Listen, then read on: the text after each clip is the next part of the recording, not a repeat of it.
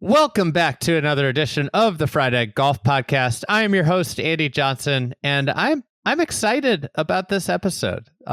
We are back. As a reminder from last week, this cadence will be every Wednesday this year. So every Wednesday morning, you can expect a new episode of this podcast.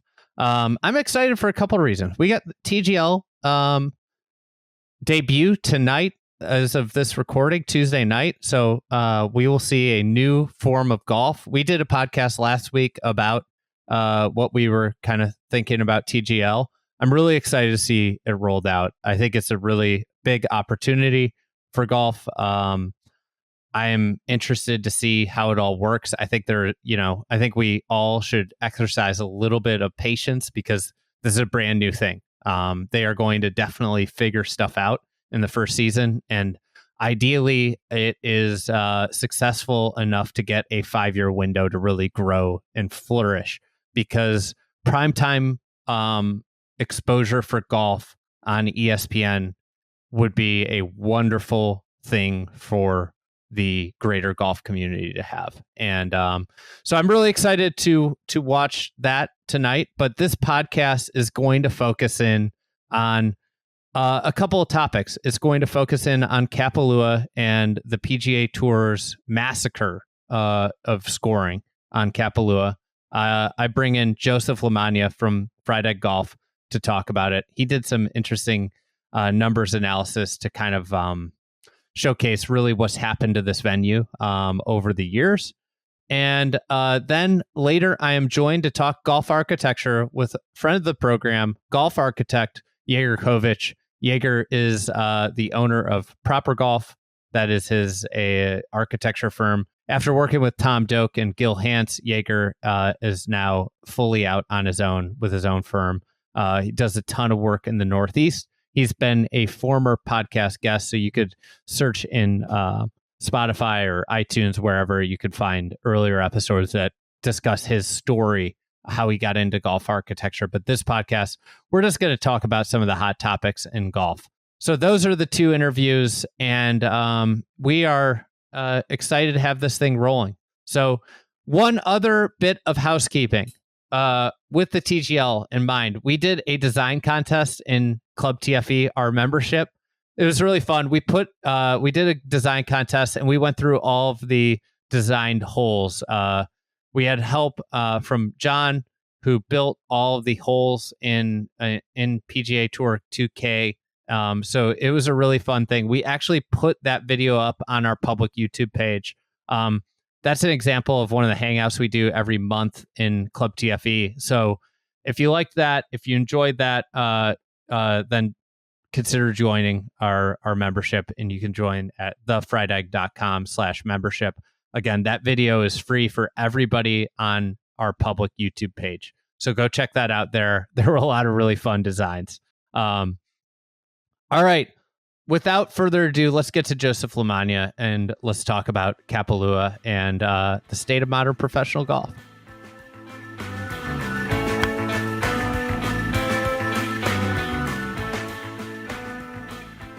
All right, Joseph, we are through the opening drive, and we are met right out of the gates this year with scoring discussion. A popular topic every time it rolls around to Kapalua, a par 73 golf course built in 1991 by Bill Corr and Ben Crenshaw that has seen, I would say, an assault of scoring over recent years. 2 years ago, the scoring record was set at minus 34, the all-time scoring record on the PGA Tour, to par. This year, it is broken by Hideki Matsuyama, who gets to 35 under. And a lot of takes flying around about Kapalua. There are strong rumors, if not assertions, that the par will be changed from 73 to 72, which really does nothing. But Kapalua is in the crosshairs of the golf community as not. I think a lot of people are questioning, is this a worthy test of the best players in the world? And I figured this would be a fun little topic to bat around as we welcome in 2025 on the PGA Tour. Andy, thank you for having me. I'm pumped for this conversation. I think it's a great conversation that doesn't necessarily do well like in a tweet. And there are multiple angles to talk about here. So I don't know where you want to start. I think there's at least like 2 to 3 different angles of this that we have to talk about, right? Like it's a resort course. And when the wind doesn't blow on a resort course, like this is what you're going to get. There's also the equipment. Like all of those things are contributing. So I'm eager to dive into this conversation. I think maybe the place to start is you produced your annual golf course tiers on Twitter. You had Kapalua very high in that. What do you think Kapalua does well? What are the virtues? I enjoy this golf course. I'm just going to throw the thing I really like about it. You see pros hit a lot of shots that have elevation and uneven lies. So 2 really distinct, difficult factors for hitting golf shots are uneven lies and elevation change, uphill, downhill. It requires a lot of skill, especially when you mix in wind. But what in your mind are some of the things that Kapalua does well in the modern game of testing modern players? I believe it was like the 4th or 5th highest golf course in your rankings. This is just PGA Tour courses, not major championships. So just PGA Tour annual hosts. Yeah, I had it on a tier titled something like Great Test with Houston Memorial, and some of those Memorial is in the Houston golf course, not Muirfield Village, which I have higher. Last podcast, we talked about a couple criteria of good architecture for professional golfers. And 2 of the 3 criteria I said are that it makes you hit different types of shots and it uses the ground, interestingly, right? Like you have to control the golf ball on the ground. And I think one thing you've seen with trends in professional golf is that as scoring has gone down, you can call this the Tiger effect. There's been a narrowing of golf courses over the past 25 years that has made the ground less and less of a factor, which, I mean, it does raise the scoring average because you're covering up fairway with rough. Like it often will raise the scoring average, but it's diminishing shot value. And I do think we've completely lost how much ground should be a factor at the highest level of professional golf. So when there's wind, Kapalua is dynamite, and wind does function as a natural rollback, right? You don't hit the ball as far. You hit one shot into the wind and one shot downwind, that's going to net out to losing distance. So when it's windy, this golf course plays very well. And I think that's an important part of the conversation. You have to hit a lot of different types of shots off uneven lies, as you're saying. A lot of crossover with players who do well at Augusta and do well at Kapalua because you're hitting those demanding iron shots off of good elevation change and uneven lies is a hallmark of Augusta National. Can't fake it. Yep. You got to be able to strike your irons. So we wouldn't even be having this conversation if the winds had been up, but or we wouldn't be having this conversation if this golf course was TPC Minneapolis or Blaine. But this is one of the golf courses that people look forward to the most on the PGA Tour calendar. It's one of the, I think, most popular golf tournaments that the tour owns and operates. Yes, but it is a good golf course to look at within the state of professional golf and the golf world as a whole to understand, hey, when there's not wind, there's zero teeth, and equipment has completely overrun the professional game to the point that it's just shoot and score, throw darts all day. There's another part of this that I know you'll want to dig into, that the greens have been softened at Kapalua, and that has also contributed to lower scoring. So there's a lot of things happening in one here, but I think it's a really good case study for the direction professional golf has gone and some of the challenges it faces. It also provides a really interesting lens because this is a modern golf course. This isn't it was built in 1991. It gives you a lens of shelf life on tour, trends on tour, because we get to, it's really, it's hosted high level golf. It hasn't had gyrations of level of players. It's always had the best elite golfers there year in, year out over a sample size of massive equipment change, right? The first year, they started hosting in the late 90s and it's run till now. And it gives you a really interesting lens because the golf course hasn't changed much until the green softening, which I think we will get to, but has led to a flurry of low scores. But also in this time that's been its host there is you've effectively gone from wound balls and small heads to solid core golf balls, TrackMan.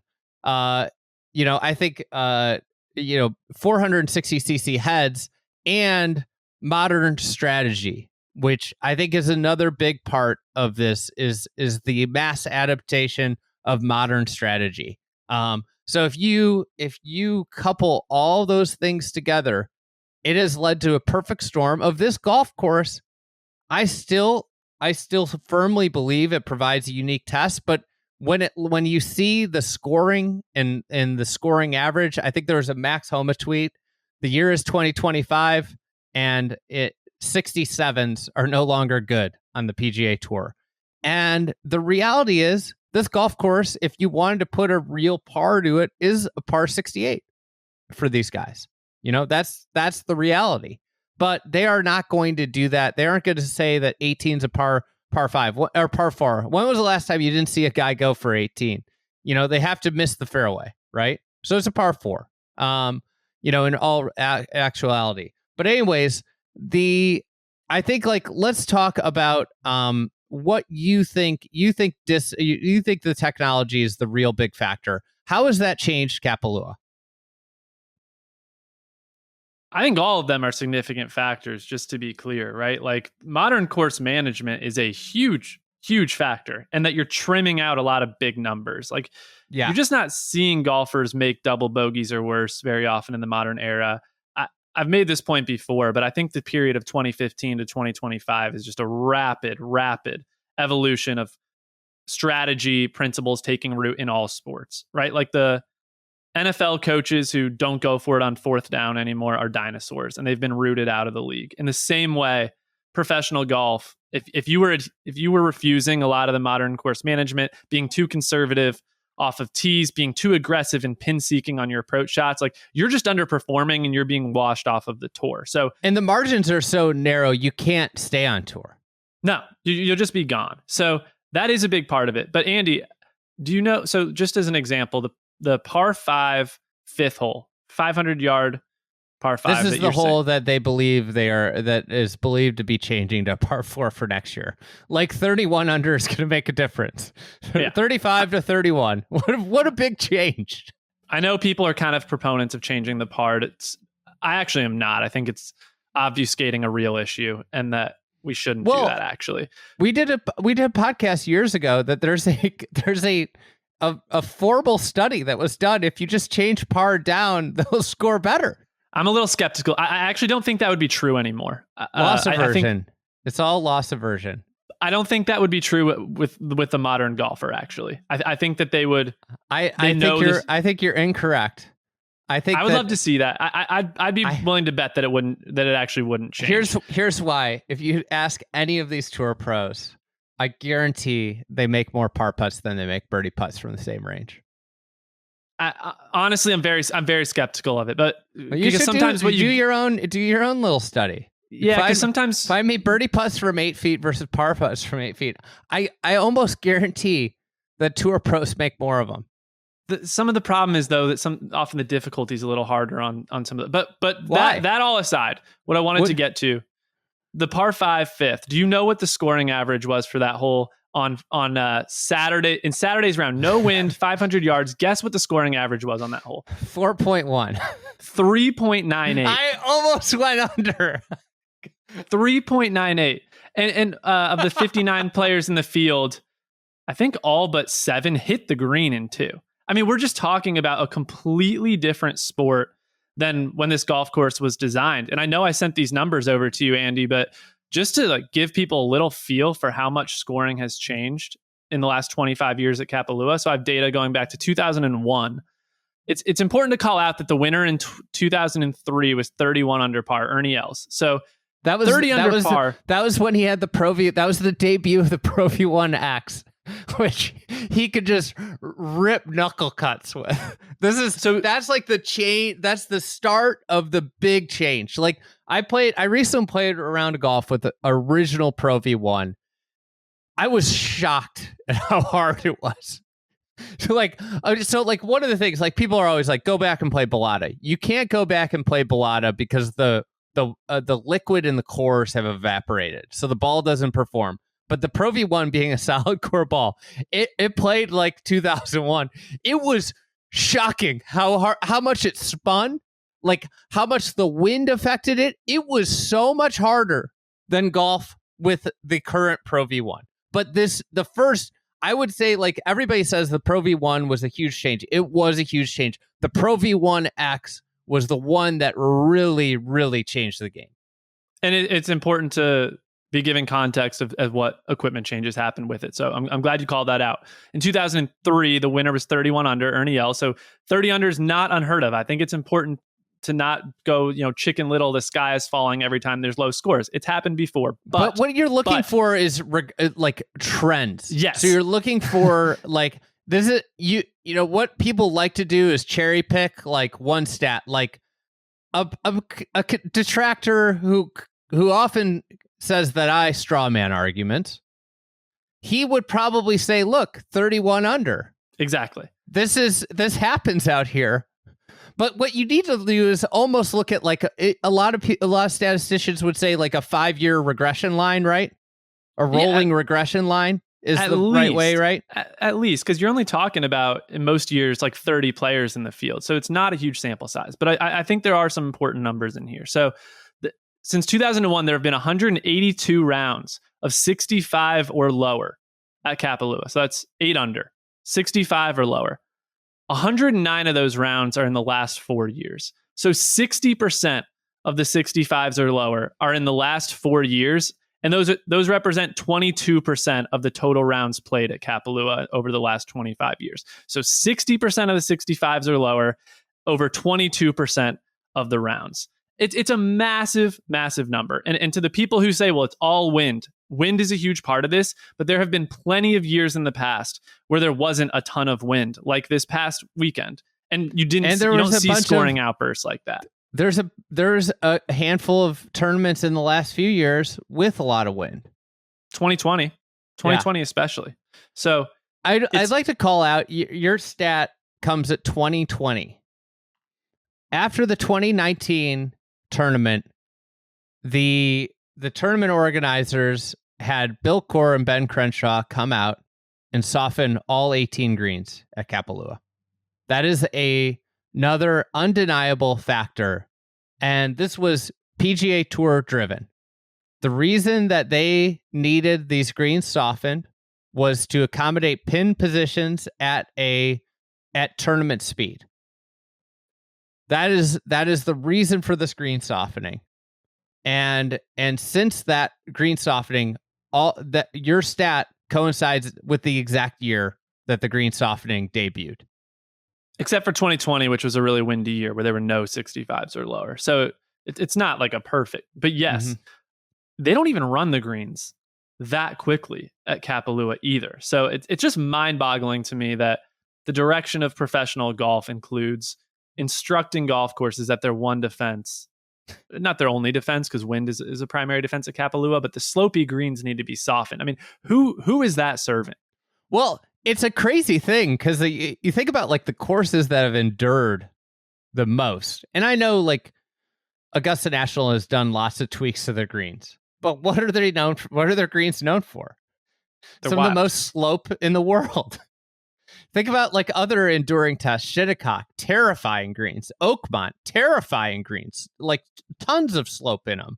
Wingfoot, lots of slope in the greens. Like the greatest courses for the most part have severe greens. The Tour, if you were going to build a golf course for just expressly for the PGA Tour, one of their biggest things that they would push on with you, and I've heard this from numerous architects, is that they would be very heavy-handed with percentage slope in pinnable areas. Insane.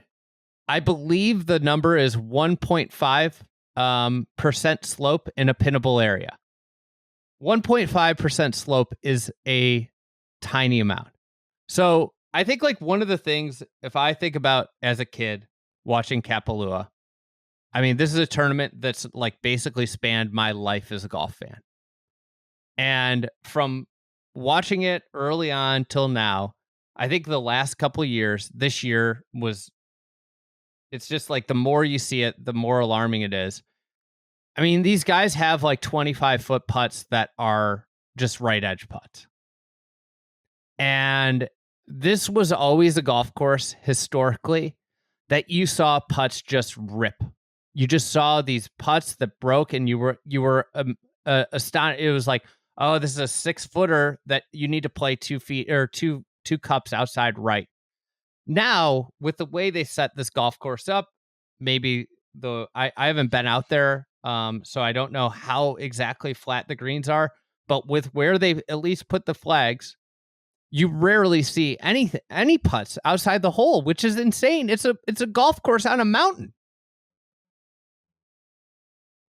It's crazy. I mean, everything seems makeable, right? Like, you got golfers who aren't great putters, like Hideki Matsuyama, standing over 15-footers that he's expecting to make at Kapalua.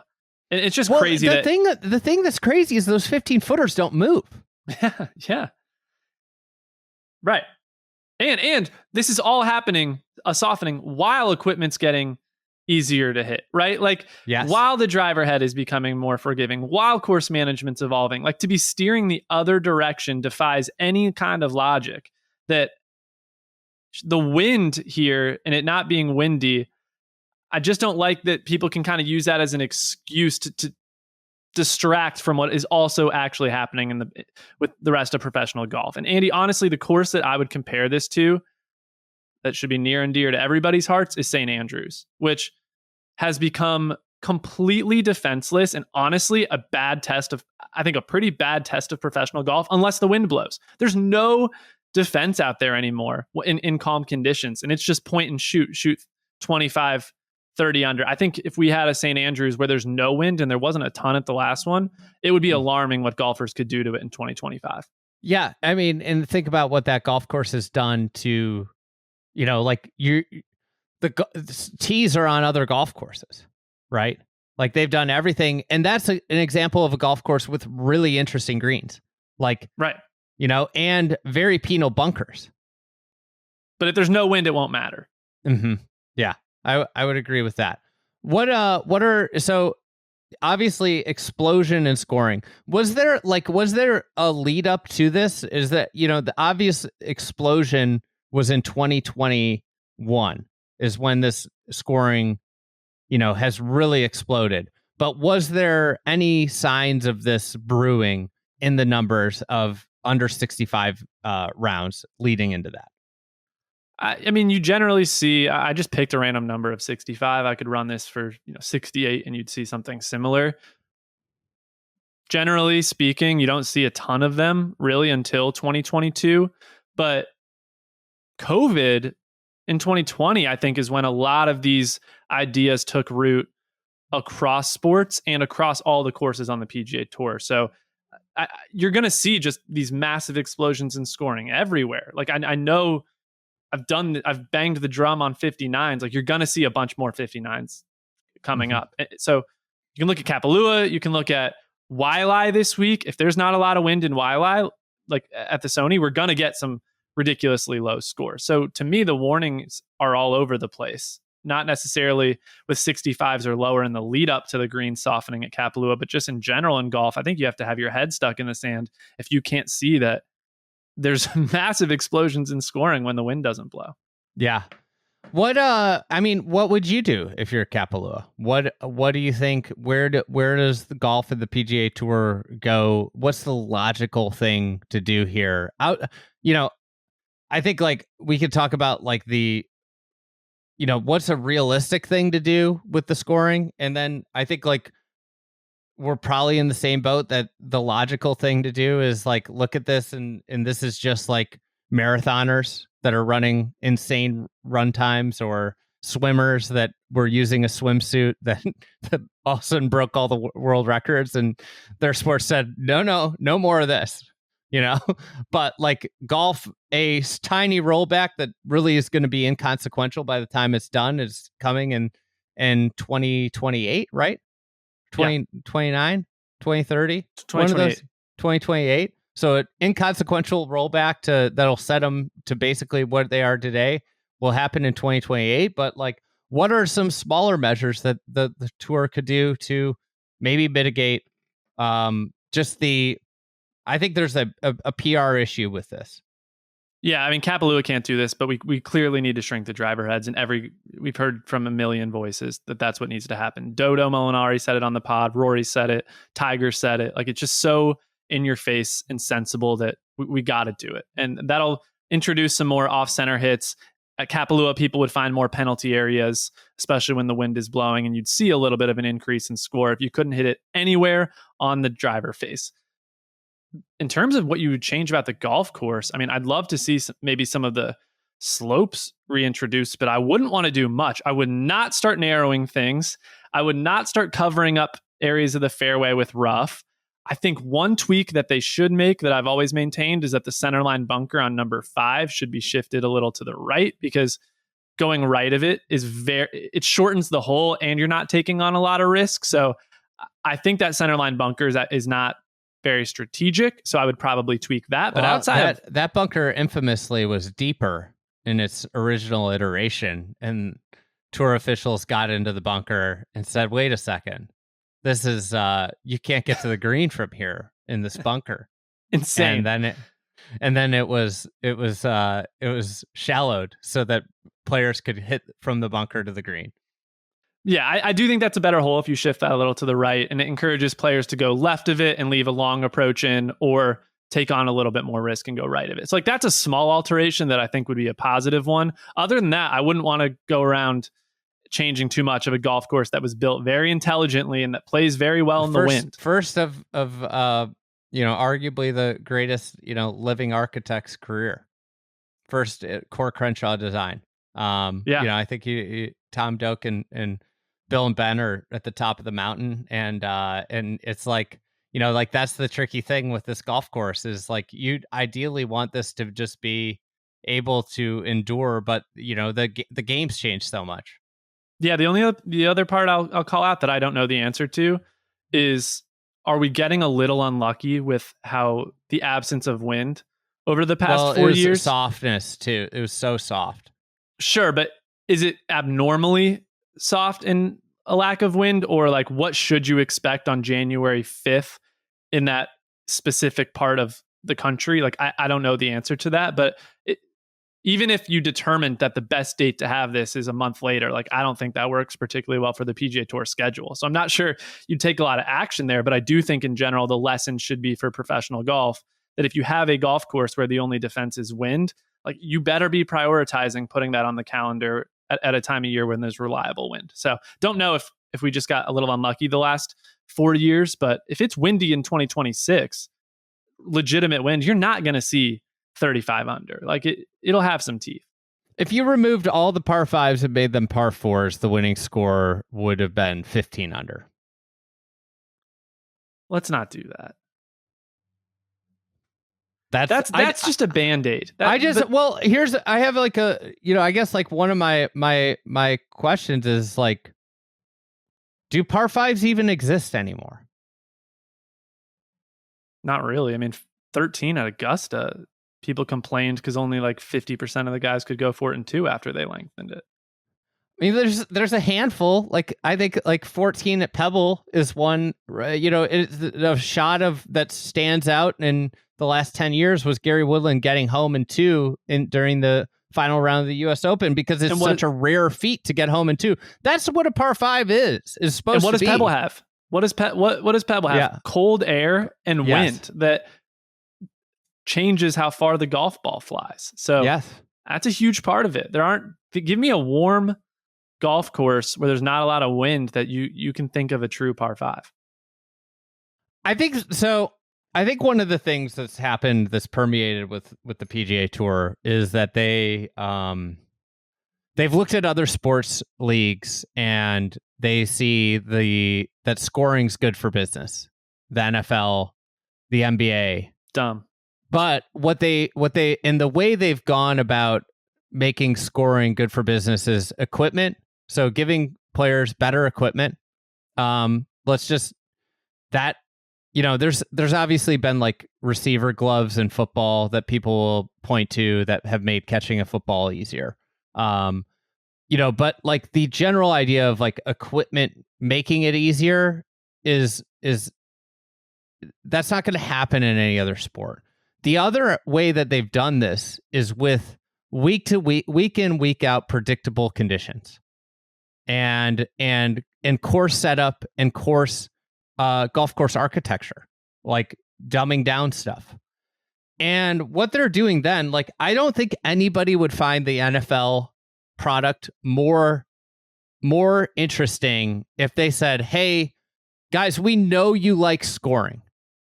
We know you love when your fantasy football players go off. So this year, the tour is neutering golf courses and design with their week in, week out setups and decisions around venues and what they need to have.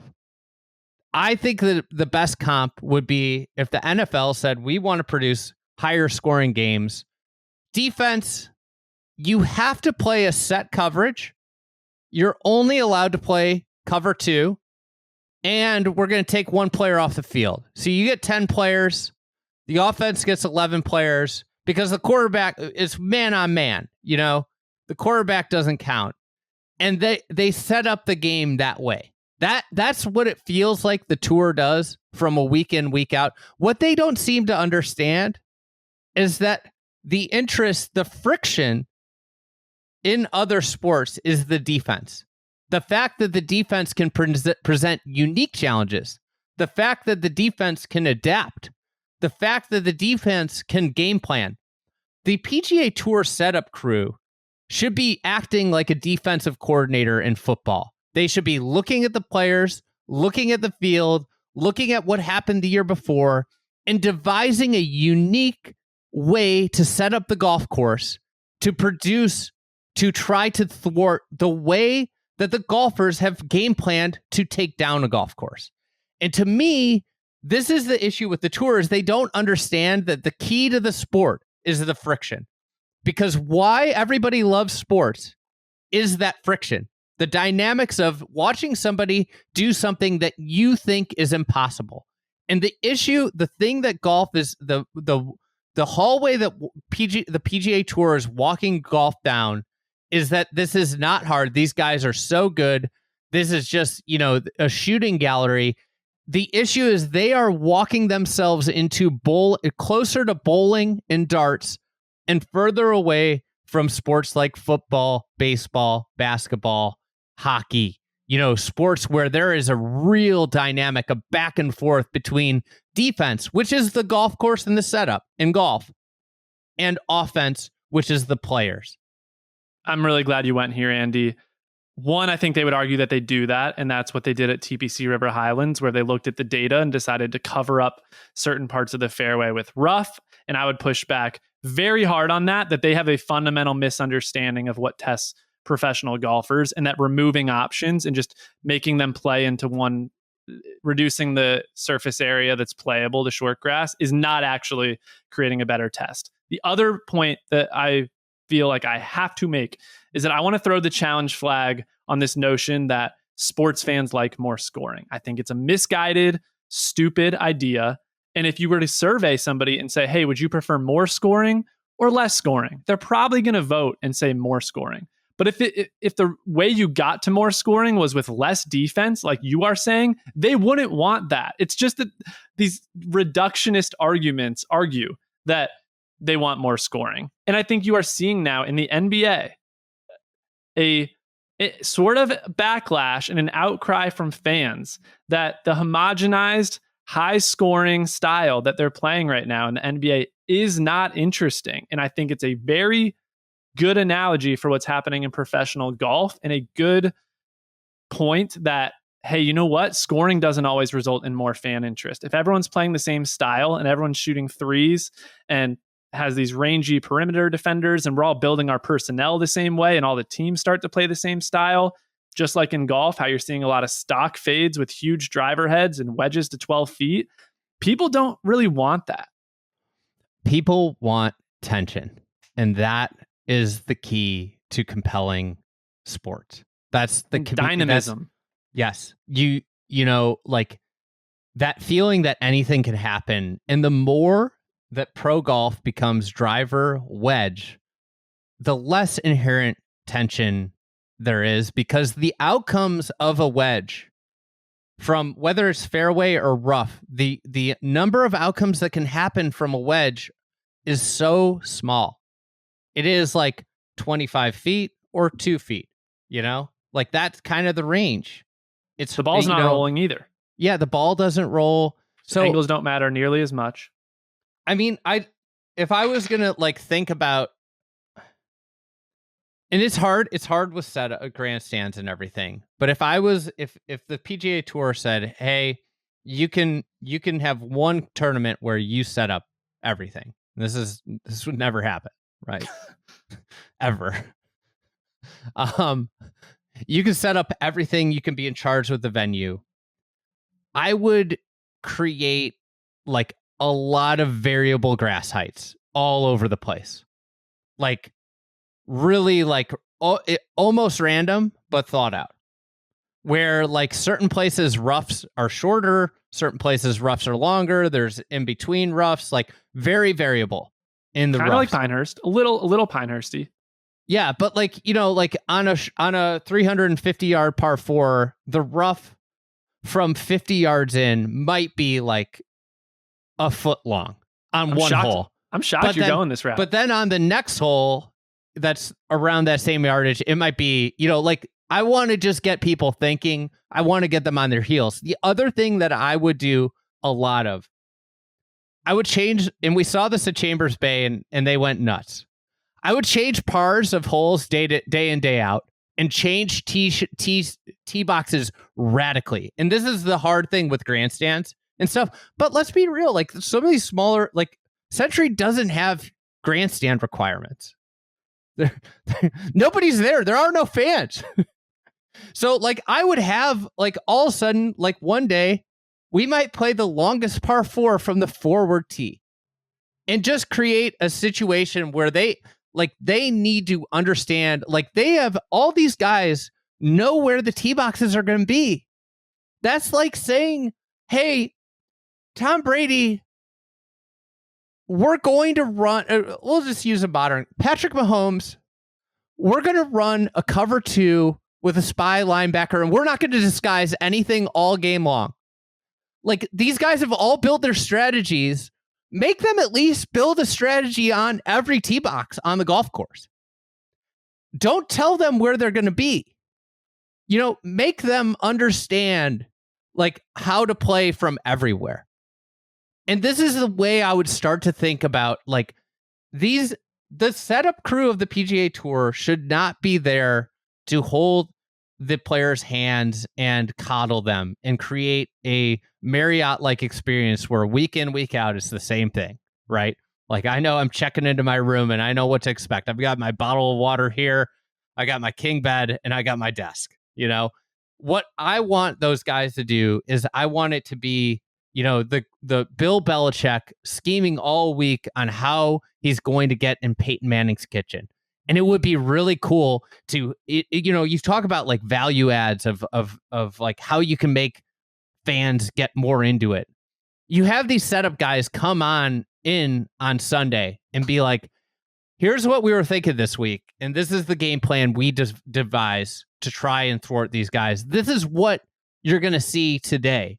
And this was why we moved this here. And this here was like, it brings this bunker into play. This rough area with this pin, you might think you want to push it up, but if you push it up with this pin, it's going to be a really hard pitch shot. You might want to lay back. Like that is what people want out of a sport. They want complexity to dive in and really understand. If modern media of sports, like, that is why people like podcasts. That's why people listen to these football podcasts that get into like the X's and O's, and like Nate Tice is like a fascinating football podcaster. He's talking about coverages. I don't know what he's talking about really, but I appreciate the complexity of the sport.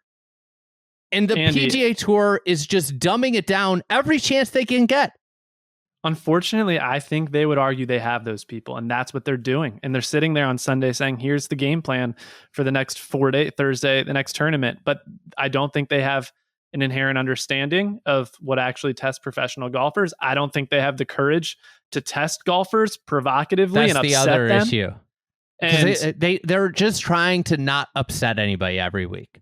They want the morning to play like the afternoon on Thursday and Friday. Like, there's so many of these considerations that tame the golf course. And to kind of bring this full circle, like, I know this isn't a TGL pod, but this is kind of the appeal of TGL. Like, you don't have the constraints. You get to set the conditions however you want, and you can have an 800-yard par 4. Like, it doesn't matter because you don't actually have to have the land and find a venue to host. So I really like this conversation because Kapalua just hits on all of these different things, and it's going to come to a boiling point every year at this venue when there's not a lot of wind. I think this could be a theme of the year, is this exact conversation week in, week out. They might do something like Riviera if it's wet and calm without weather. It could be something, some record scoring. And I think this is just going to be a nail. And I think like we're starting to see people say, you know what?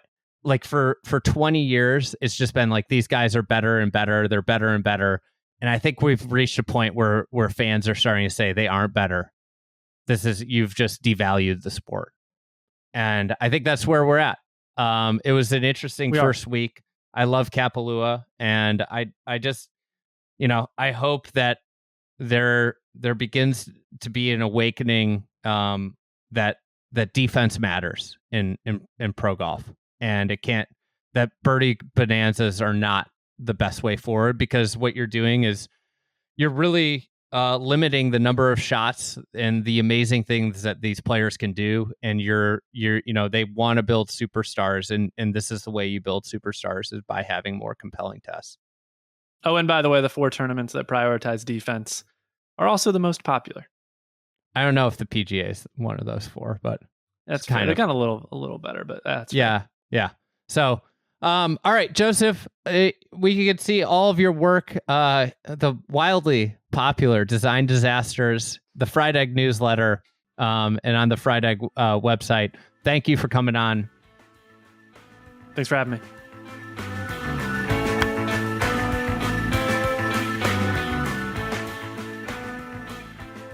All right.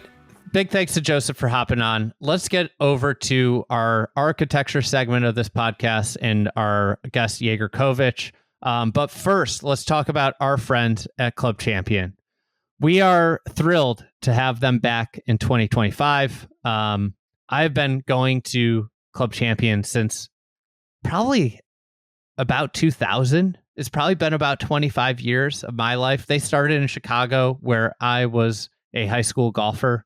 When I first visited there, I remember, I think I got the set they built for me. The first set they built for me, I believe, were the Ping I3 Pluses, or the Ping I3s. For those equipment junkies, a trip down memory lane. I'll never forget. I had, I think I got rifle shafts in them, and that was a big deal for a kid, back then. They now have grown from just a little one-man band to a massive company. They have a ton of stores all over the country. Really, if you're in any sort of major metro, they have a studio where you can go get fit by one of their highly trained master fitters. They have an in-house university where every fitter goes through an education and comes out really, really technically sound on how to fit clubs.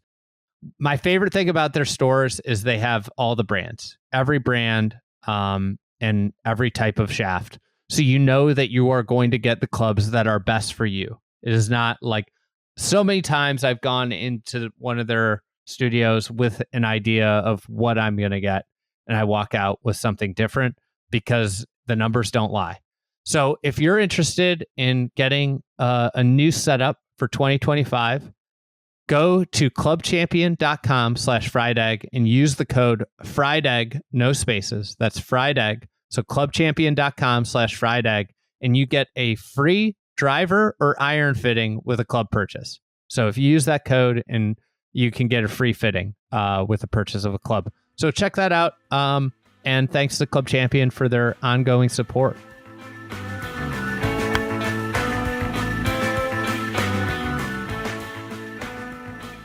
All right, Jaeger, welcome on the pod. Frequent guest. We've had a couple episodes with you over the years, and excited to have you on at the start of 2025. Wanted to do a little golf course architecture check-in from an active practicing golf course architect, and really see what ideas, topics are rumbling around your head for 2025 and beyond. But first, I got to ask, what are like New Year's resolutions like as a golf course architect? Are there professional resolutions, and what are they? Are they mostly, if I had to guess, they're mostly centered around getting plans turned around, not at the last minute? I wouldn't define that as a, resolution as much as just like everyday anxiety. This year, in all honesty, I did not make a resolution. I have in years past. What have they been?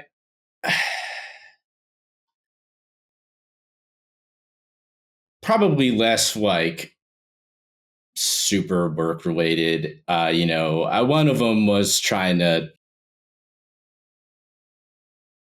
shoot in the 70s at least 5 times a year, and I did achieve it that year. I kind of started like a mid-year sort of change in my life, I guess, doing a lot more working out, I took my first golf lesson in 20 years this summer. So I feel like I tried this like switch in my life, mostly because my 3-year-old can basically outrun me and beat me up, and trying to keep up with him, but also just like, the daily grind of being in the dozer, in the excavator, constantly walking. I still drive the Mini Clubman you made me famous for many, many years ago.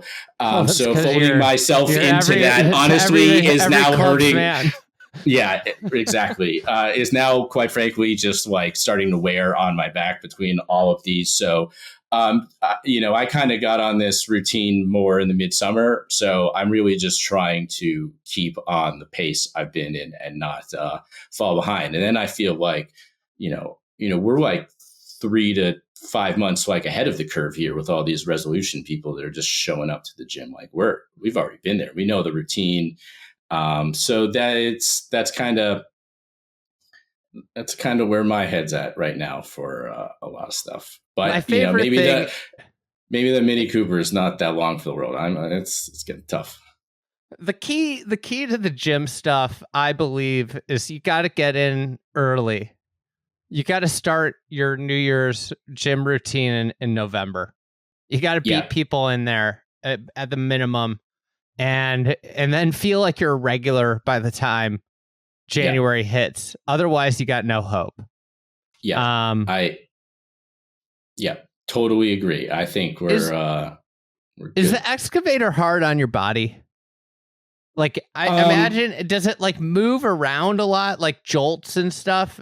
You kind of, like body if you're watching, you can see I do a lot of rocking. So the machine does a lot of like the buckets going down. And even if you have like a blade on the front where you can stabilize yourself, you end up doing this a lot. So it's really hard to like maintain like good posture in there. And then the dozer can be, the smoother you are, the smoother and easier a ride it's going to be. But you're backing up and you pop, run over a rock, like you absolutely feel it. So, this year, We're going up to Rocky, Connecticut in the middle of the year. So we're going to be prepared for, we want to make sure we can last for not just this year, but, the long term, right? Yeah, I expect to be in these machines for, a good, 30 plus years more, I guess, probably, everybody's, the golf Nobody architects they never retire these days, right? So, you never retire.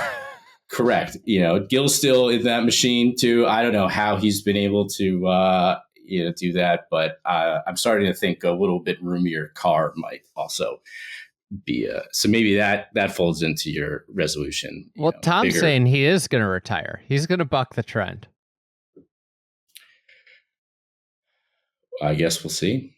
We will see. We will see. How much harder do you feel it when you're working in rock in Connecticut versus sand on Long Island? Is it is it a noticeable difference day in, day out? Yeah.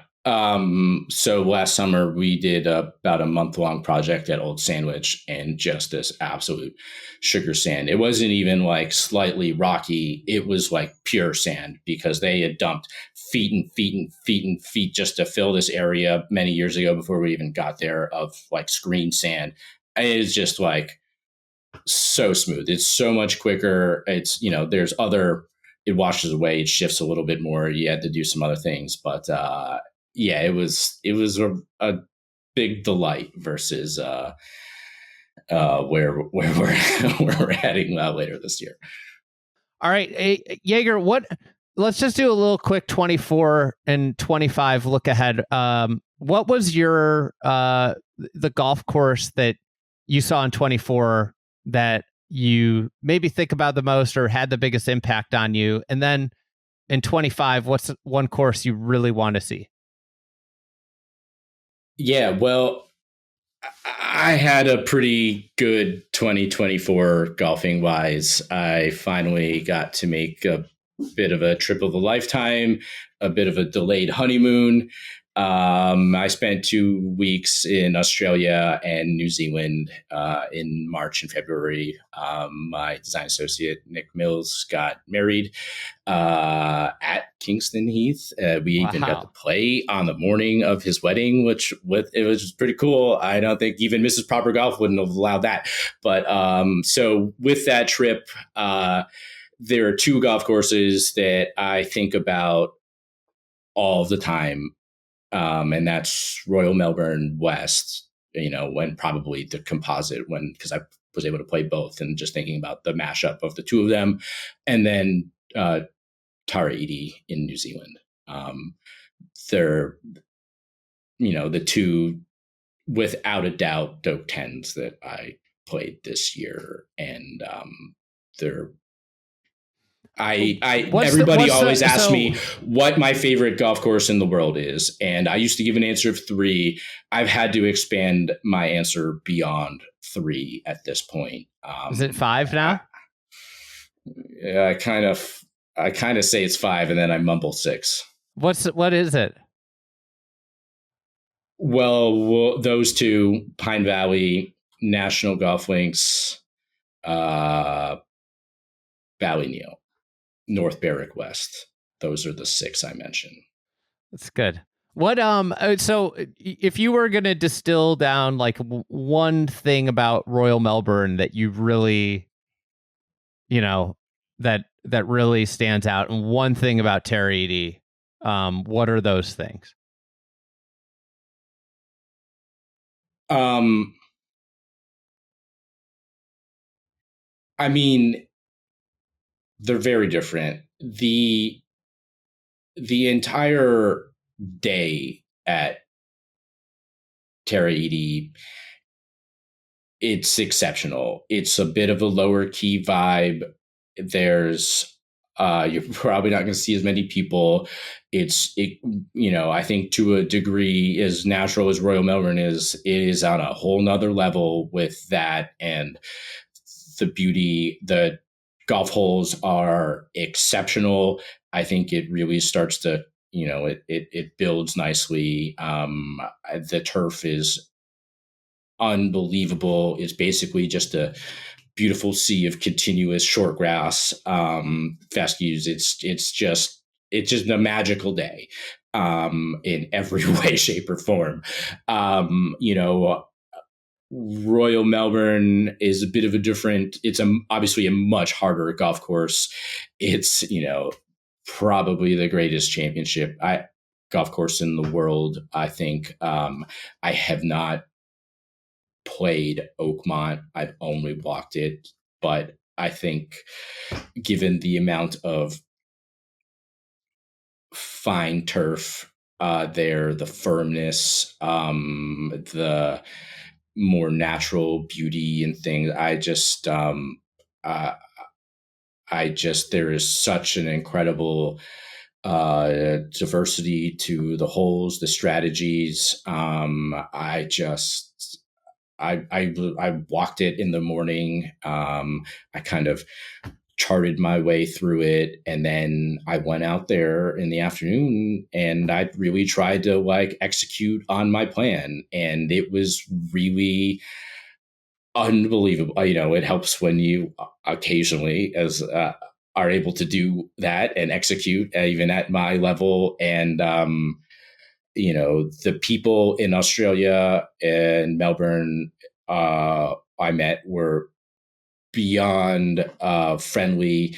They were super kind. They really wanted to share their golf course with you and ask you about each and everything after. Are you playing here? It's just remarkable in every single way. There's without, I just can't wait to plan my next trip down there to both of these places. It's what you said about Royal Melbourne.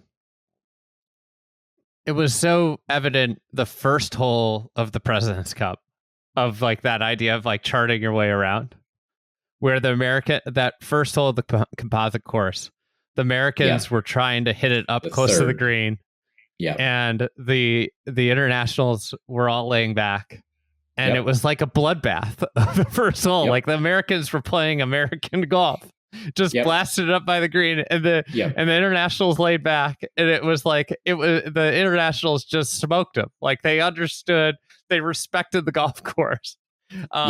So, and I'm watching that and watching where people were hitting it, 100% helped me on that hole, among others. I walked the course in the morning. I saw there was a way back left pin on 2, which is a par 5. And I'm like, oh man, I'm going to go as far right as right can get with a mash and a 3-wood up there to, I can't get there, but just get the angle.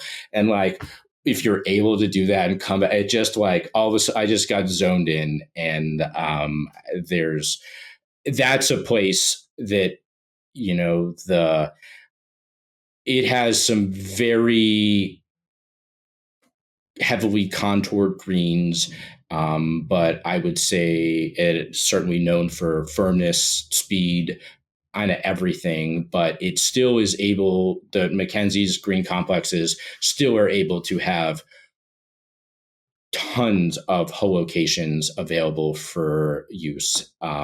It's not like you get the speeds going and you have 1 or 2 hole locations. You still have a huge variety with them throughout, even if there's maybe 1 or 2 that, probably a little tighter than the others. But in general, it works so well when you dial it up. It just is magic. I wish, I just hope one day I'm able to play the composite, and I probably need to be either a member or where they get to do it once or twice a year, or I have to somehow qualify for a tournament, which is never going to happen. So or maybe a media member before a P Cup. Maybe you transition to media. I know architects never retire, but there's a 25 year wait list to, Royal Melbourne. And I was I was thinking about it really, really, really hard when I got do we just, kid will be in college. Do we just try to be instead of going to Florida or something like that, go there every winter, go there in the winter, hang out with Nick, play some, amazing golf there. Is it's still very tempting.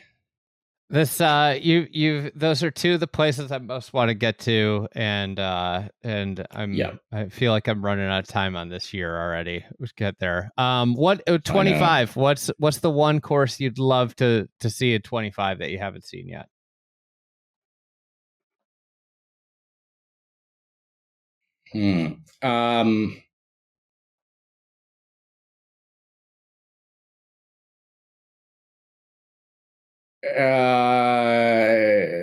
Realistic or non-realistic? Not wherever you want to get. Non-realistic's better. Non-realistic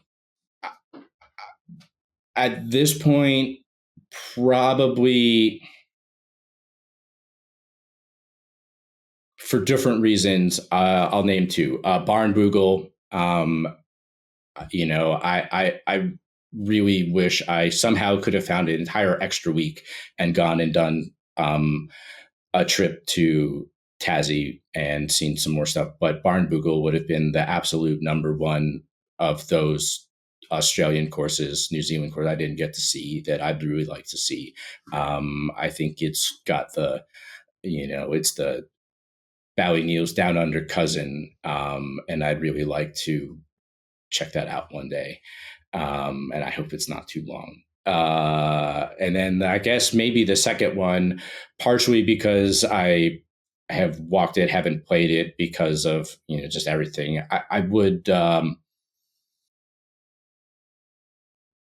like to see Oakmont and play Oakmont. It'd probably be a tougher year with the Open US going Open. There. Yeah. It's going to probably be a little restricted to, people like me, but I think that,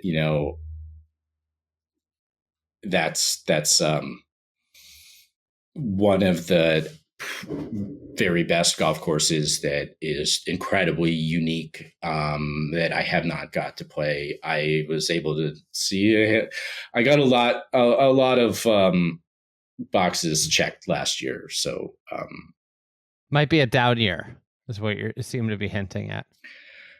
Well, I don't know, man. I mean, I still am very, very determined to at least see a minimum of 50 different golf courses a year.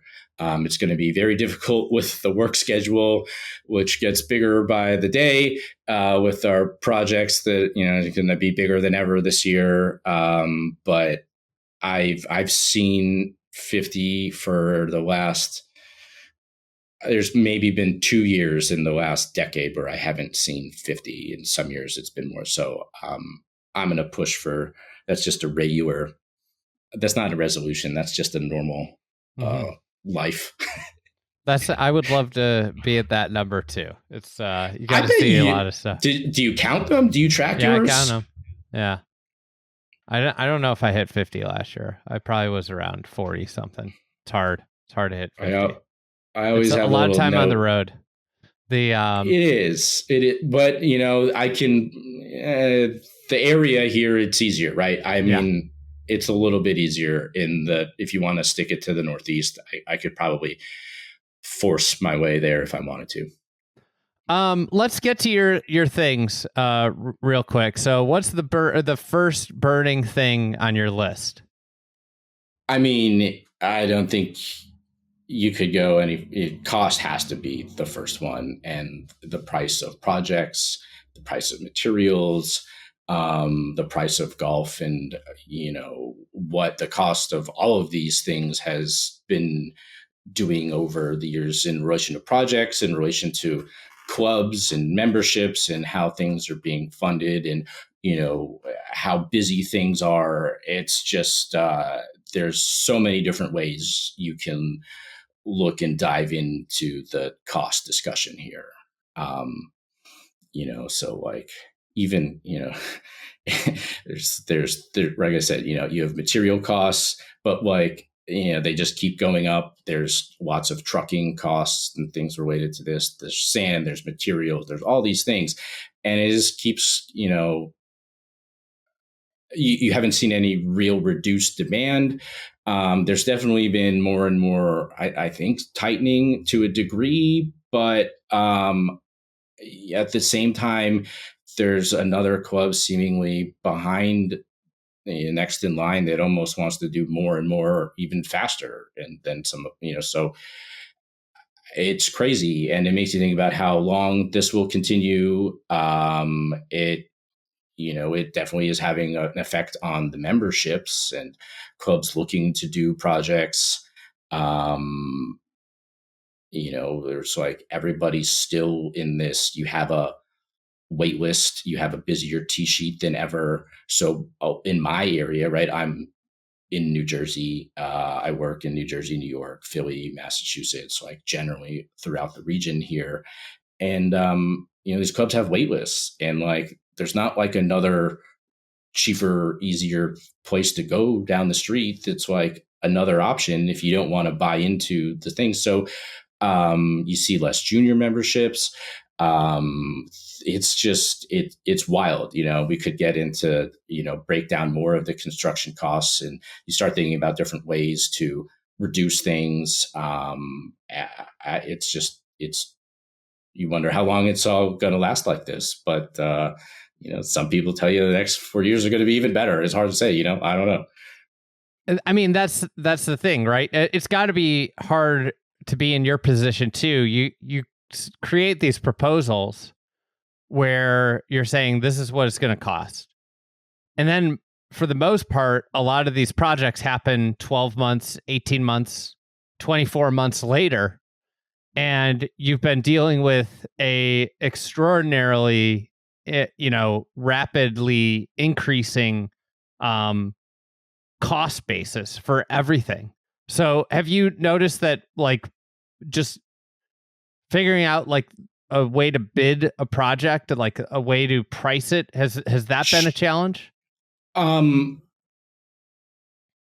think a handful of years ago, and certainly at the start of 2020, and probably going and shifting into 2022, it was dramatically changing. I think at this point, in all honesty, it's much more predictable. I work with a handful of golf contractors in the area, pretty much. So we're always doing projects in different places, and these are longer term clients, a lot of them. So you can kind of, what you did last year, we know what we're going to do the next year. We know that there's going to be some increase of, moderate percentage for the most part. And, but, I think a lot of the materials are generally starting to level off, but there's certainly nuance. And the thing is like, where I am in the East Coast, everybody's buying sands from Ohio, 2 or 3 sources, or Pennsylvania. You're always doing this. Do you buy the Ohio sands? There's 2 sands from Ohio that, like, I would say 50% of my clients are deciding Pro between Angle? 2. Is that one of them? Pro Angle and was called the Best 900, which was the 900 or something. And then you have another plant in Philadelphia, which was like the go-to sand for everybody for, like, I would say a good 5 years leading into COVID.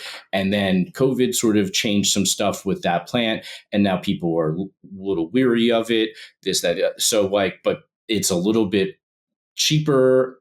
It just, like, everybody's making some decisions based on risk, on price, on what they played at the other place.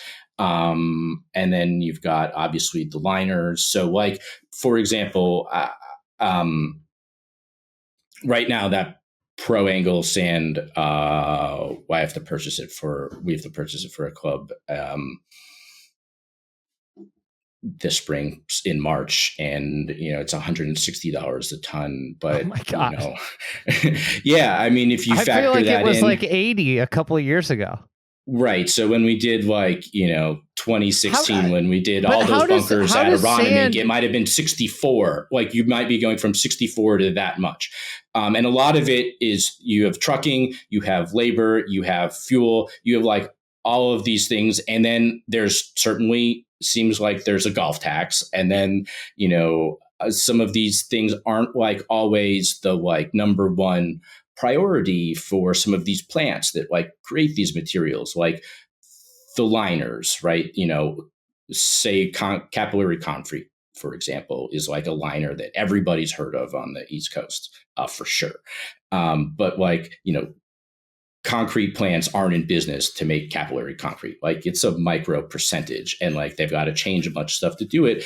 And when you've got building work at all-time high and roads and everything else at all time, it just goes up, and it just there's so many different factors. Like, you can get into nuances like that, but I definitely think there's golf tax, there's everything, there's inflation, there's just, it never seems to end. I would say in general it's somewhat leveling off.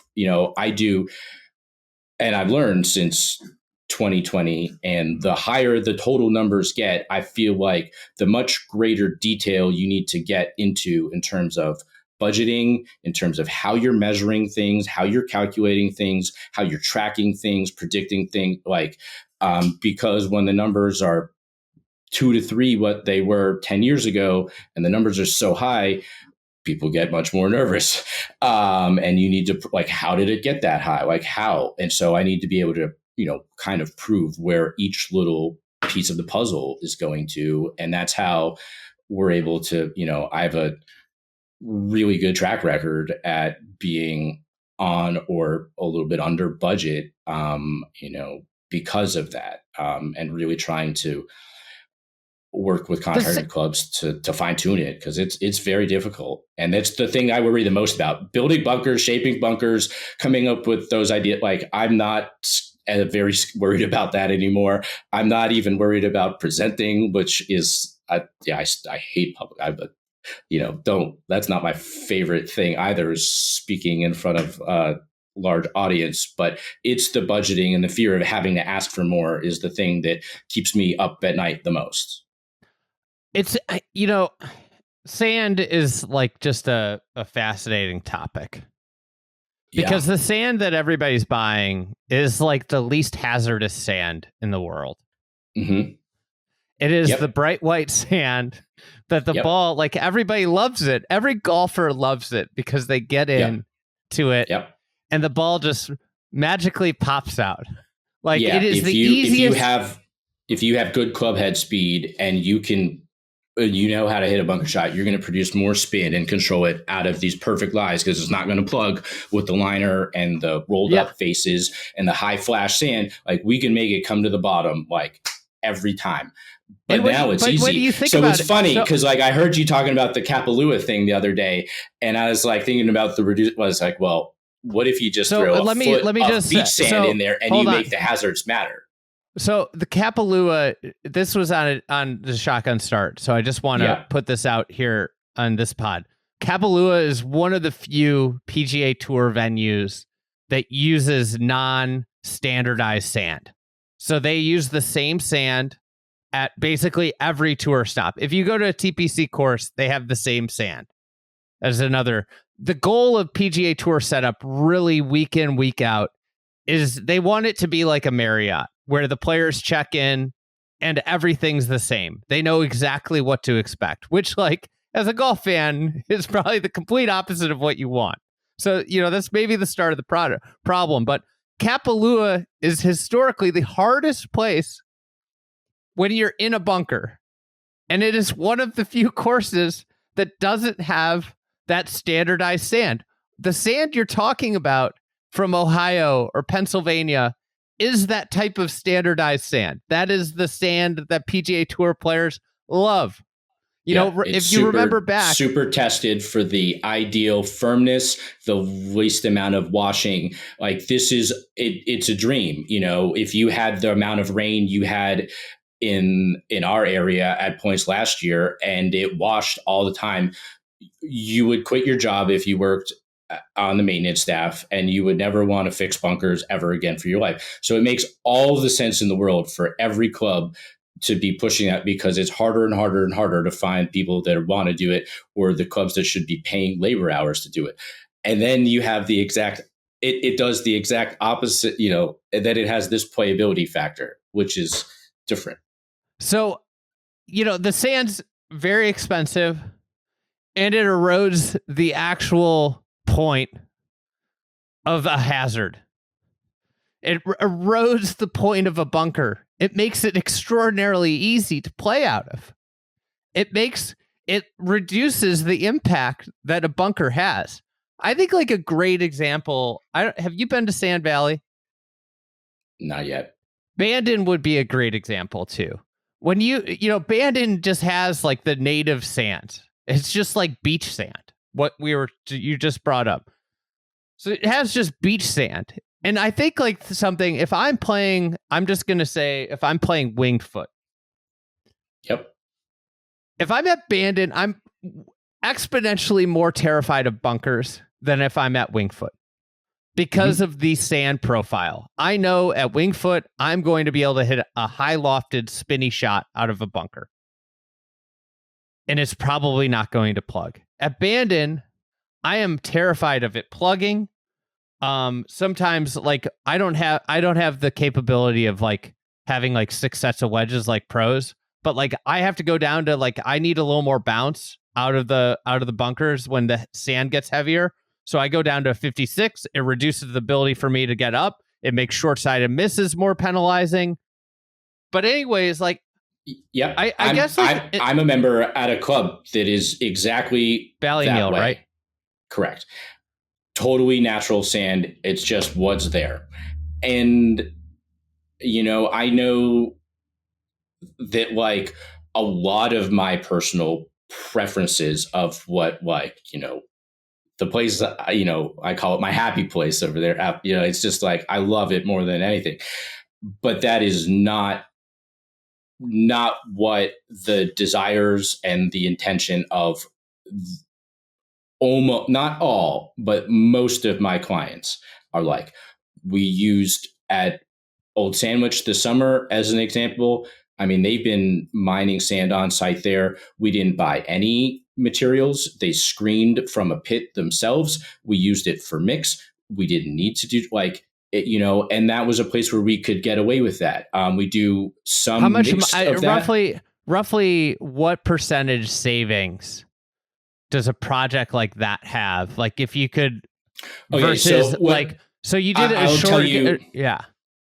Well, I think better if you have, we'll say a $10 million renovation.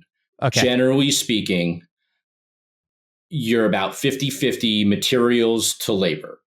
Okay. Or within the 40 to 60 realm. So I think irrigation's obviously a very big cost. Sure. So is sod and grassing, and there's lots of nuances to it. Like we could go forever on those things. But we'll say your bog standard Northeast renovation, it's in the 50-50 materials, labor, 40-60 kind of thing. So the more, if you don't have to buy greens mix or bunker sand, like I just mentioned, for an 18-hole renovation at a time, at the cost of sands currently, you're probably figuring $500,000 line item going to sand. Wow. That's just to buy it, not to put it in, not to reshape it, not to do the drainage, not to do the liner, just to buy the sand.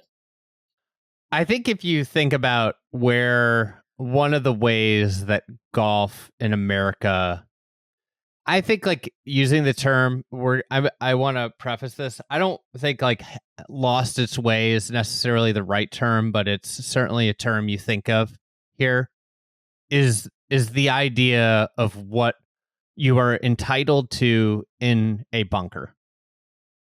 If we were, if there's a rain event and bunkers are washed out, but we will get to them when we get to them.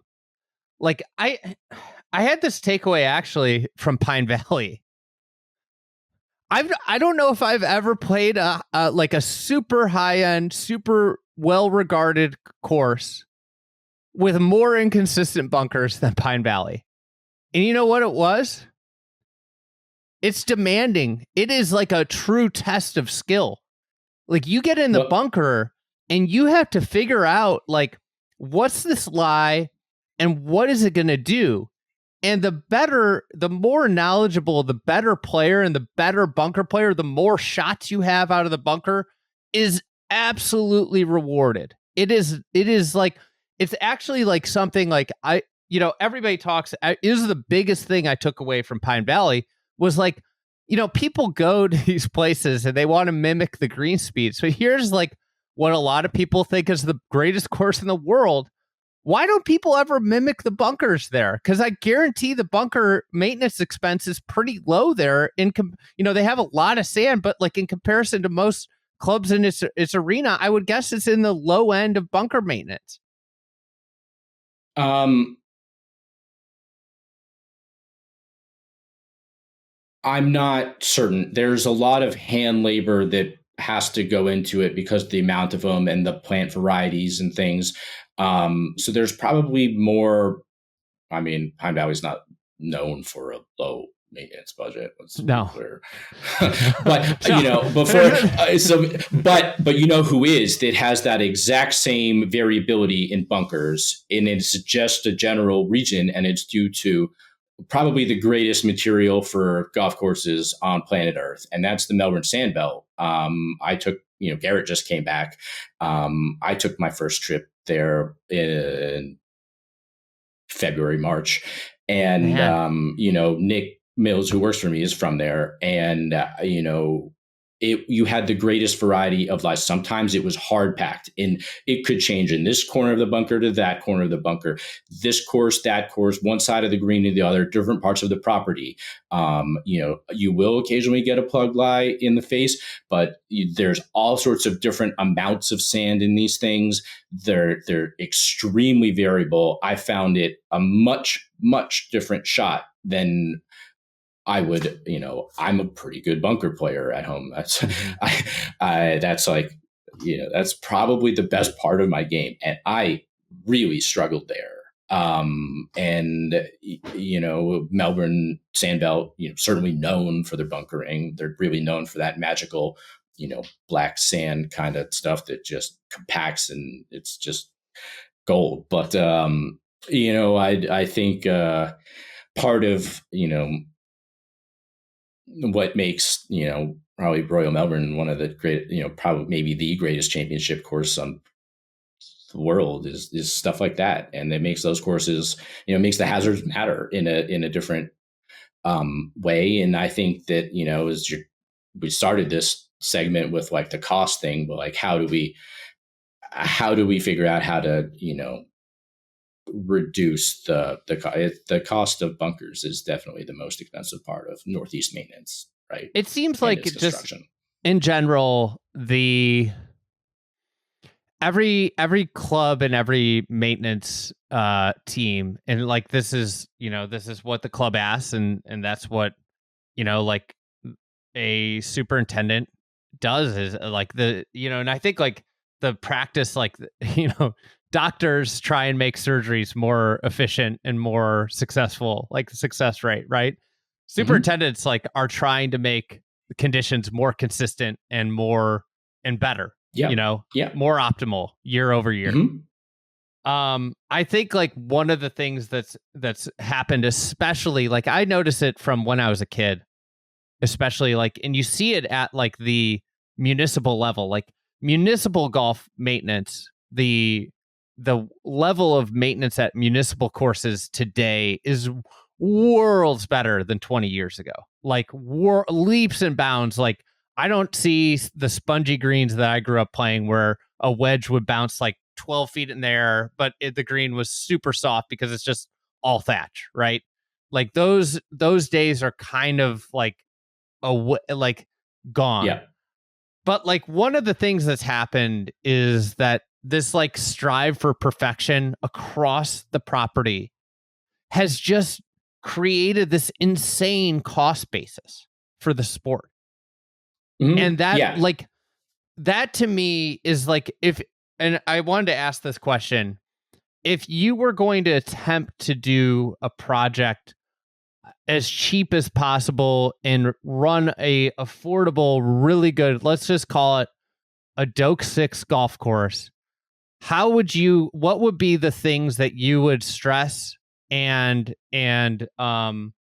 attempt to do in order if you even thought you could, the realm of possibility of having sub $150 golf and a really good golf course in a, at this point in time that had to do a big project? I mean, if you have to get it to that number, I think probably the key is you have to build it yourself, right?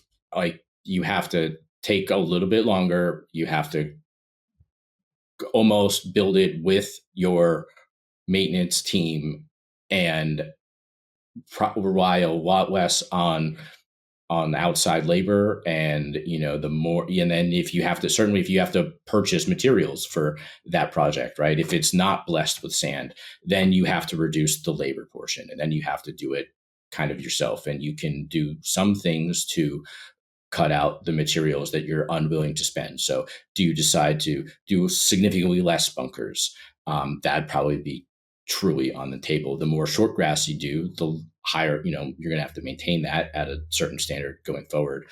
I think there's a lot of options. You come into the size of greens certainly matters, especially if you're purchasing mix, but those add more and more hole locations at faster and faster, highly desired speeds. If you're looking to do a public course or whatever and make a bunch of money, you're going to need big enough greens where you can have 40,000 rounds a year or whatever on it and have 6 different hole locations. So you need really big greens at the speeds that you want. And that's something that probably is somewhere else down on my list here of things. But you're going to have to make some decisions like site based. But I guess the thing is you got to prioritize which materials matter the most. And then which for that given site, it could be a hilly property. It could how can you use the land to not have to do as many bunkers, to do things like that, to create, use natural features to create strategy and hazards and that sort of thing. But then I think, again, you're going to have to figure out probably how to do as much grassing on your own, how to do as much, shaping and just general construction and drainage on your own. Because, you're always gonna have to you need shaping equipment, you need people, shaper architects, you need irrigation. It's you get to greens mix and the method of how much drainage you're going to put under it, which mix you're going to buy. You're probably, time is going to relate to seeding and sodding, and how long do you need to take to get it to open in standards and varieties and things. And then, if you sod, then you got to roll it out, and that takes people and labor money and dollars. So you're probably seeding, and now you're saving a lot, but now it's not going to open as fast. You got to do more things. So, I mean, you could go through everything. T specs, we use a lot of different things. It just, you'd have to do a lot. You'd have to figure out how to build a team to do it a lot on your own, which is pretty rare, I guess. It's fascinating. At this moment. Seems like green speeds is one area where if you keep speeds down, it can save you a considerable amount of money. But if you keep speeds down for the public golfer, they think they suck. Yeah. It's it's almost like a double-edged sword. There's a no-win situation. Yeah, and then your greens have to be bigger because you have less hole locations available with slope. Correct. Yeah, and I there's probably some places where you can do this. Obviously, it's something that you and many people have talked about for many years. But if I was a superintendent at a highly regarded golf club in this area, and maybe you were younger, you don't want to be known as the club with the slow greens. You're probably not going to get the next job. That's a little bit, you're going to have a quick change. Someone's going to be oh, these greens stink because the member maybe not get it. And then you're going to be packing up and looking for the next thing. I think it's very, very difficult, and it takes certain, like a real cultural buy-in from a certain place to do that. And it's rare, and it's very difficult. And it's something that came up really pointedly in one of my master plan projects, and it just keeps coming up. But you're going to see more and more and more golden age greens get rebuilt over the next few years, without a doubt, for a variety of reasons, whether it's the speeds, whether it's the improved technology with GPS total stations and the scanning and all that sort of stuff that we can do.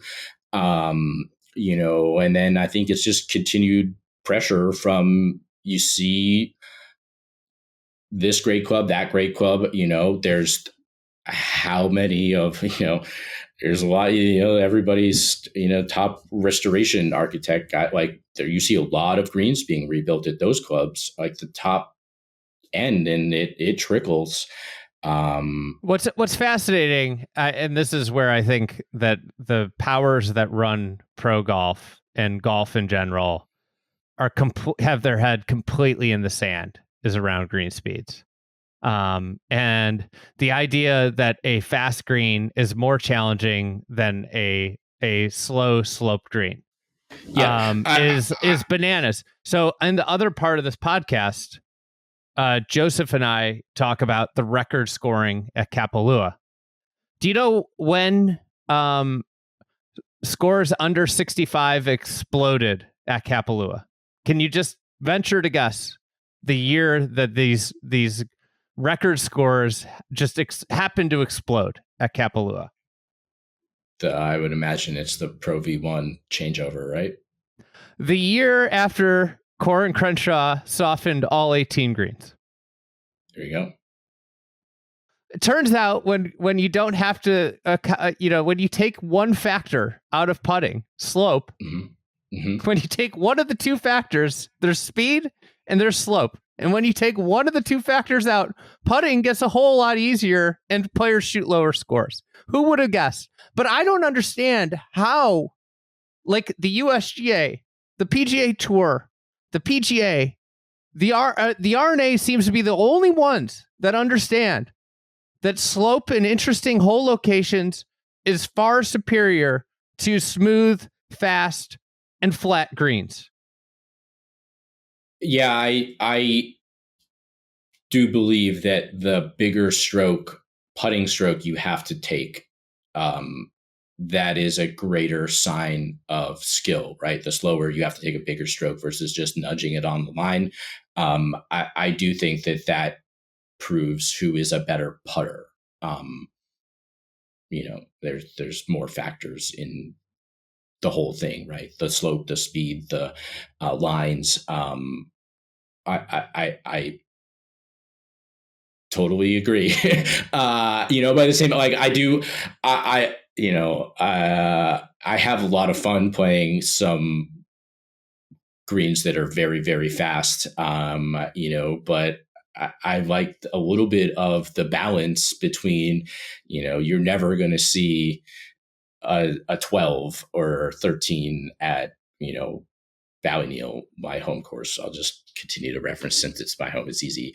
Versus, so I played some of the courses I work at. One of them had the greens rolling like way faster than even the U.S. Open. It was the firmest. We had look in New York this year, in New Jersey. We had like 70 days where it did not rain. It did not rain at all, like zero. It was crazy. And we had optimum temperatures once you get to October, where you're not getting super hot at night, where the greens are cooling. And if you wanted to have the fastest, firmest turf, this was the greatest combination of all factors you could have had this fall. And so some places absolutely sent it, and it was wild. And I think when the conditions provide for it, I think it was pretty neat. And you could see which greens could still, and courses could still handle it and still be fun to play. But man, I can tell you, there's plenty of them that you couldn't even get halfway there, and then it becomes I have one place, and I'm never even going to change the cup for a month. Like if it's going to be like that, so it's I think it can be seasonal for the most part is probably the wise way to think about it. I think it's fun on occasion, but I wouldn't want to have to manage it like every day like that if you were expected to produce just world record US Open speeds in sticky areas around here in the middle of summer. Like you'd never go to sleep. The other aspect of this is like we're chasing, it seems like the whole industry is chasing homogenous golf conditions. And to me, like the whole reason golf's appealing is that you never hit the same shots. You never hit one shot's never the same as the other ever in your life, ever, because the wind's slightly different, the air is slightly different, the turf's slightly different. No matter what, even a shot off a tee, you'll never hit that's the beauty of golf. The beauty of golf courses is that they're all different and they all have unique settings. Yep. And I think there should be like if you wanted to get into like the ideals or how I view the game, people can disagree with me about this, but like every golf course should be its unique self. And if you're a golf course because of slope and green construction, it can accommodate no faster than 10. Yeah. Then you're unique. You're a one of one. But as we continue to soften greens and spend the hundreds of thousands of dollars to soften greens, just to then turn around and spend hundreds of more thousands of dollars to keep the greens faster, and then rip away the uniqueness of said thing. Like this is idiotic in my mind. This is you're just chasing your tail around, and you're just going to continue to soften the greens and flatten the greens until we're just like it. You see this on the tour. The tour and professional golf more and more resembling darts every day. And it would be such a shame if the recreational game and clubs that never are going to host a pro tournament continue to try and chase after what is happening at major championship venues and professional golf venues. I just have so many different little things here or there to kind of react to that. When you play your modern equipment, right? It's a driver wedge show for you. Yeah, pretty much everywhere. Right? Everywhere. I have to play 71, so 7200. You have the trajectory stuff in the way, like on top of that. Like I don't really have that at my length, but Nick, who works for me, does. Like the desk guys do. It's interesting, but I think a lot of what you're talking about with the greens is correct, but I think in general, one thing I have really found through my work is, and when you're talking about clubs being true to their unique self, I think that's like the most important thing. Because not all of my work also is restorative. Some of it is very much a renovation. And, a lot of times you have, unless all of a sudden you get hired and they want to do a project because something happened and the greens got smoked and they're just dead, maybe chemical spray, this, that, other thing. But like most of the time, you don't have 300, 400, whatever it is, members that join a place because they hate it and want to start over. They join a club, and everybody loves their home club. No matter how good you or I might think it is, everybody loves their home course. And you don't want to tell them That's stinks. why they spend $100,000 to join. Correct. And then nobody spends $100,000 spend this. And so now I joined for this, and now I want to spend the same amount blowing it to smithereens. Like that's very rare. And there's some cases where yes, that might be the thing. And we've seen some of that, and I do to a degree renovate with a pretty heavy bulldozer blade too. But you have to figure out a way with the architecture, with the proposal, with the whole thing, is to show a lot of times that like, you love this golf course. I love a lot of things about this golf course. I think we both agree is the reason why, you were talking today, is because we both agree there's things that can be better about it. But how do we find the way to kind of walk that balance? It's an interesting thing and it's different at every place. So, it's not like most clubs also don't have 18 greens that are as severe as like you described. Maybe they have a handful or a couple, or you want to do this. So then you're like, how are you matching the profiles of the greens? How are you creating consistent, you don't want, you could have native stuff, you could have USGA, you could have this, that, and the other thing. And then managing it becomes difficult. And there's always a degree of, hey, I know this, the boys know, don't roll that one. Like, we're better, just don't roll that one. We're going to get a lot of phone calls if we roll that one or put that pin there when we do roll. Like, if we're going to do, then you can't do that. So like, there's a lot of that when you spend time with the, and like, we try to tweak it and you try to do things to make it play relatively like that. But there's lots of nuance in doing the specs of it and like create, like, how do you walk the line of all this? It's very tricky and it's really unique to each place. And you got to do a lot of listening and you got to do a lot of watching golf and a lot of spending time with the superintendents and the pros and, think about the cost and the culture and everything and try to come up with the best ideas for 350 people for the next 30 years, really, right? What's the next thing? We've talked about cost enough. What's the next thing? Well, I mean, to be honest, we kind of dipped a lot into, I kind of had this, mini topics within the restoration, renovation market and trends I see here.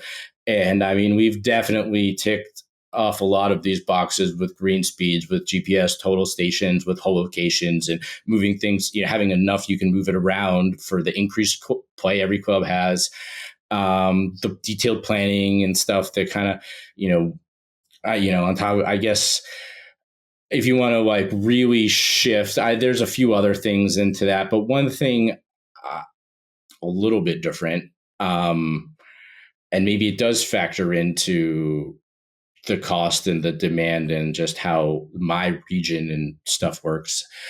What I've seen like industry wide, I think a little bit, or certainly in this country and definitely a bit internationally as well, is like the popularity. A Bowie Neal member is talking, so take it with a grain of salt. The popularity of the new like remote destination clubs is wild to me. There are new golf clubs in the furthest remote places constantly seemingly opening right now. Most of them look incredible. There's, the guys I used to work for are doing most of the work. Like, I know they're going to be great, but it's just really interesting to me to see how many of these there are, how many that are coming online, how many of these, like, how are they going to age over 10 years, 15 years, 30 years, even more than that. I think it's interesting. We kind of mentioned, like, I think there's certainly a market for cheaper urban golf because of how expensive the current urban golf is in my area. You've seen some more locations.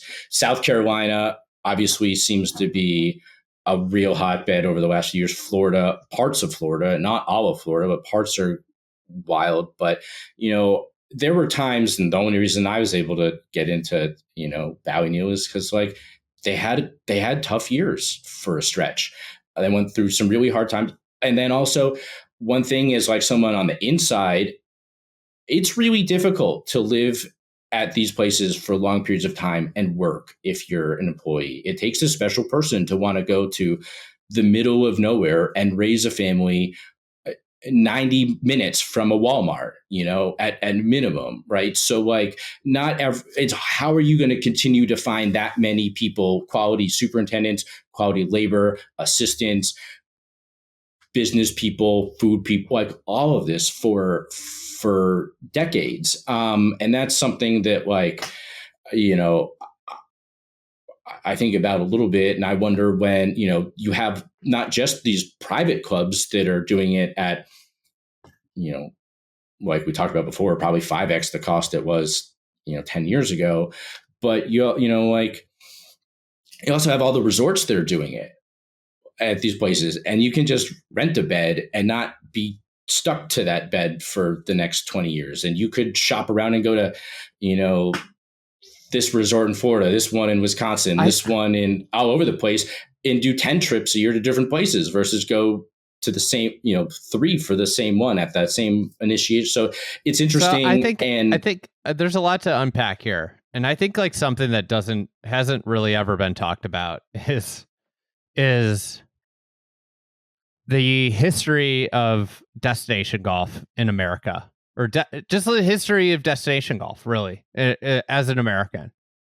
And destination golf in America really was like you go to a resort with your wife and kids and you play golf. Or, you go to a resort with your partner and you play golf, and there's a spa and there's, dinner and everything. Kapalua. And it's a couples type thing. That I almost want to say that like an entirely new, like where you went on the just strictly golf trip was the UK. That was like the place where you went on the strictly golf trip. But there was still, in the UK, there's still things for a non-golfing partner to do. There's towns, there's restaurants, there's shopping. There was a whole new version of golf that was created with Bandon Dunes. And it was like, I have a friend, he told me this great story. He went to Bandon Dunes like the first year it opened or the second year it opened. His wife actually told me this story. His wife does not play golf, and she was pregnant. And he's like, it's a resort. There's going to be stuff for you to do. And she found herself abandoned, pregnant, with nothing to do. It was because like that was the way destination golf worked. It was like, yeah, there's spa, there's all these other activities, there's a pool, there's this. Yep. And I think like what we're seeing with everybody's like, how can this sustain? How can this sustain? Bandon Dunes and then Sand Valley and Cabot and all these things, Bandon Dunes really created a new version of golf in America. Like the idea that you go somewhere and it's just golf and it's very remote. And maybe Sandhills had a piece of this too. But then this is now like, it's the same thing with public golf, right? People go to a public golf course. And I think what these destination clubs is the people that have gone to Sand Valley, gone to Bandon Dunes, and they walk away and say like, I really like this. It would be cool if there was a more intimate experience, and then I get this home course, right? The ease of booking, all the convenience. It's the same thing as a local country club to the municipal, except Bandon is still an out of the world, and Sand Valley is still an out of the world experience for anybody. But these private clubs are effectively, the private version of the golf that Bandon created. I don't know. That's just kind of my theory as you were talking. Yeah. I guess. I think the other thing that has to be talked about is like the economic factors of the last 4 to 5 years and the extraordinary wealth that was created by the upper class during COVID. is another aspect of this. Yeah, I think because I think it's easier to fund these things more than ever, right? I think what I'm interested is now that they're all funded and they're all popping up, and I don't know how successful some of the membership sales have been. There's certainly some that are thriving. I don't know how all of them, I don't know how much it matters to some of the guys that are funding it, quite frankly. And that's their thing. Like, oh, I'm really most interested in 20 years from now, 10, 15, 30, like, what's going to happen at that stage. Because right now there is, I don't see any reason why it wouldn't continue for at least a little while longer. Like the vast majority of, the rest of my stuff, seems like, but I guess the two places that occur to me as you were talking, here's just a question that though. Don't fall, that are family-ish, town-ish, more to do than just golf, the stuff was the two ones that the USGA picked, and that's Pinehurst and Pebble, have like the most family, non-super golf specific things, along with like those are a little but those bit are old, like that's the old towns. style. But that's the old style. That's like, think about the disruption that Bandon caused to Pinehurst. That's the reason Pinehurst did the renovation to Pinehurst number 2. It's the reason that they built number 10. It's the reason Gil, a project that you worked on, renovated number 4. Yeah. Like it's the reason they have the cradle is all because of Bandon and the disruption it caused. Like everybody's like been like, is this going to sustain? Is this going to sustain? And like, I don't know the answer. I don't, but like one question I have, are we not even at the point of reaching the cap of what demand is? Like Sand Valley, Bandon have never had more demand. Yeah. Ever. They've never had more demand. Landman, a destination 18-hole golf course, sold out tee times in an hour last week. Yep. The demand has never been higher. So part of me is wondering, like, have we not even reached the mass adoption in the golf market of the idea of a strictly golf trip? Like, that's another question I have, is like, have we not even reached the top of the mountain of people experiencing this golf only trip? Yeah. So I think at the moment, maybe not. But what I think a lot of it comes back to certainly in my region, and we'll call it the majority of the East Coast, even at that rate, when you factor in the cost of in the Florida, where it's very hard to find a game, the Northeast, where it's very hard to find a club that you want to play every day.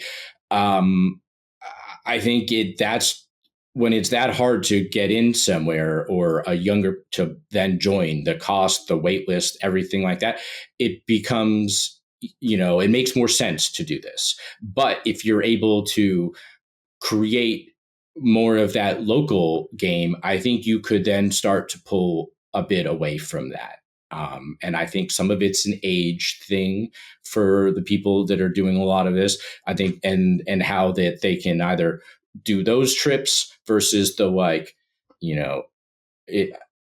just go play the weekly morning Sunday game and not be home with the kids for those. But I think it's easier to just like get away for a couple of days than do that. I think it's easier on the rest of the family to a degree. It's, for whatever reason, it's just how us, millennial type people are able to explain that to our partners, perhaps.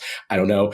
But I think there's also the idea of like what you said, there's less junior memberships. Like some of this is that for a 40-year-old, a 38-year-old, the cost of a local club, especially if you're in New York or Chicago or San Francisco or wherever, Austin, Texas, you can't get into a club. There's 10-year wait lists everywhere. So like these are actually clubs you could join. Like there is like a part of this demand that is like, wait, I could actually join a golf course that could be great. Like you look at the people that joined Old Barnwell, right? Or Tree Farm. And these people joined two world-class golf courses that where like if you put Old Barnwell in a metro area, it would be a 15-year wait list. And they might be, but like, you have this opportunity to get in at the ground floor, which has never happened. There's never been more opportunities to get in to somewhere at the beginning. And there is like an aspect of that I think is appealing to people as well. I agree. And, at the same time, like I said, I think that there's one thing that I see a lot or think about is like, how can just find a way to build more relatively, it comes back to the cost, relatively cheaper golf options in these markets that are not able to keep up with the demand. So that's like, is it less than 18 holes? Is it the one without the bunkers? Is it, is it there? I think that's what will eventually start drawing people back away from that to a degree. But again, you get to the cost where if you were going to buy an existing golf course and redo it from scratch, it's a $30 million job. So like now it's not $100. It's $300. It's the same as the rest. So now, you might get a little bit of sliding around, but it's a harder to pay off thing. So that's why it really needs to be at a significantly reduced build cost. And that's much more difficult in certain areas right now. All right, Jaeger, big thanks for coming on. This was great. I feel like we covered a lot of ground. We might not have covered all the ground, but this was fun to talk about the stuff that you've been thinking about. Some of the same stuff I've been thinking about. But look forward to seeing you this year. That would be great. I've been bugging you to come see some of our work here in the Northeast. I got to get to 50, right? You got to get to 50. My drive to 50. I mean, we could go on a proper golf tour. We'll start in Philly at Cedarbrook, work our way north. I think that'll be great. That'd be delightful. All right, we'll talk soon, and thanks for coming on. You're welcome. Looking forward to the next one.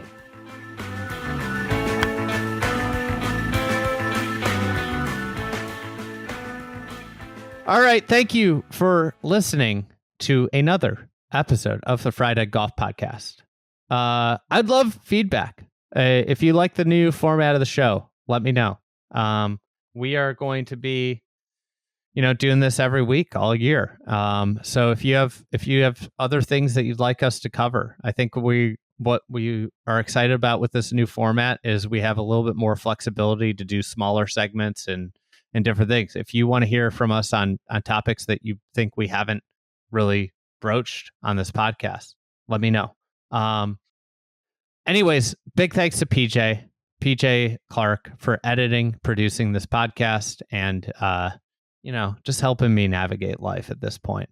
So we'll be back next week, and thank you guys. I hope everybody enjoys their week, and we will be back next week.